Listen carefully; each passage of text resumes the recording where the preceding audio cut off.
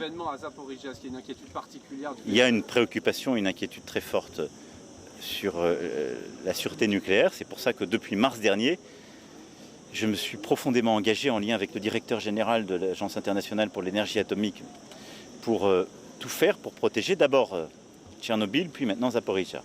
J'ai rencontré hier matin le directeur général après de nombreux contacts durant l'été et des contacts avec les présidents Zelensky et Poutine.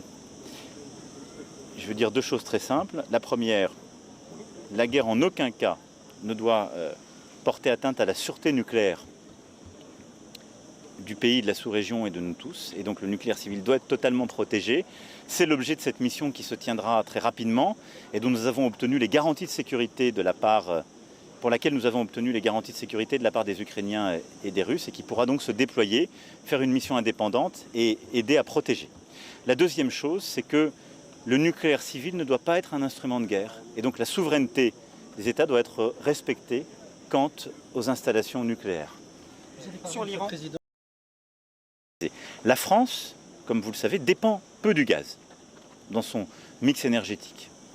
Nous, c'est à peu près 20% de notre mix, donc c'est très peu. Et dans cet ensemble que représente le gaz, l'Algérie représente environ 8 à 9%.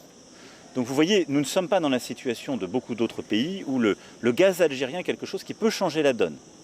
J'ajoute à cela que contrairement à nos amis et collègues italiens qui ont un gazoduc, compte tenu de la faible distance qu'il y a entre le territoire italien et le territoire algérien, il n'y a pas de gazoduc. Nous, c'est du gaz qu'on va donc liquéfier puis regazéifier.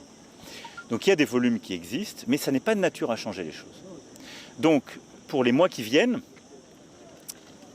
on va continuer de faire ce qu'on fait, on l'a consolidé, on essaiera de faire un peu plus, mais la coopération franco-algérienne n'est pas de nature à changer la donne et à nous permettre de diversifier davantage compte tenu de la structure même de notre relation sur ce sujet. Nous, on ne va pas avoir de problème parce qu'on dépend peu du gaz. On a un seul grand gazoduc qui est avec la Norvège. On a accru les volumes qui passent par ce gazoduc, on a diversifié les choses, on est en train d'avoir un nouveau terminal pour avoir plus de gaz liquéfié qui va se faire au Havre avec nos entreprises. On a sécurisé nos volumes et on est à plus de 90% de nos stocks. Donc en franco-français, les choses vont bien se passer pour cet hiver. Le sujet est européen et c'est un sujet de solidarité européenne.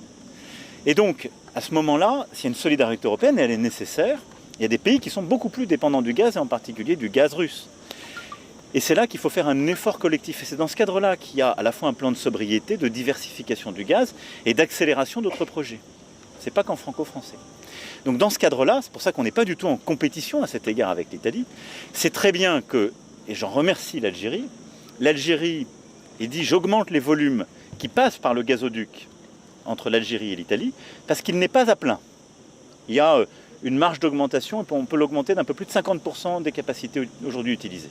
Donc il va d'une part être un peu augmenté d'ici cette année, et il y a des perspectives ensuite derrière. Ça, c'est une très bonne chose.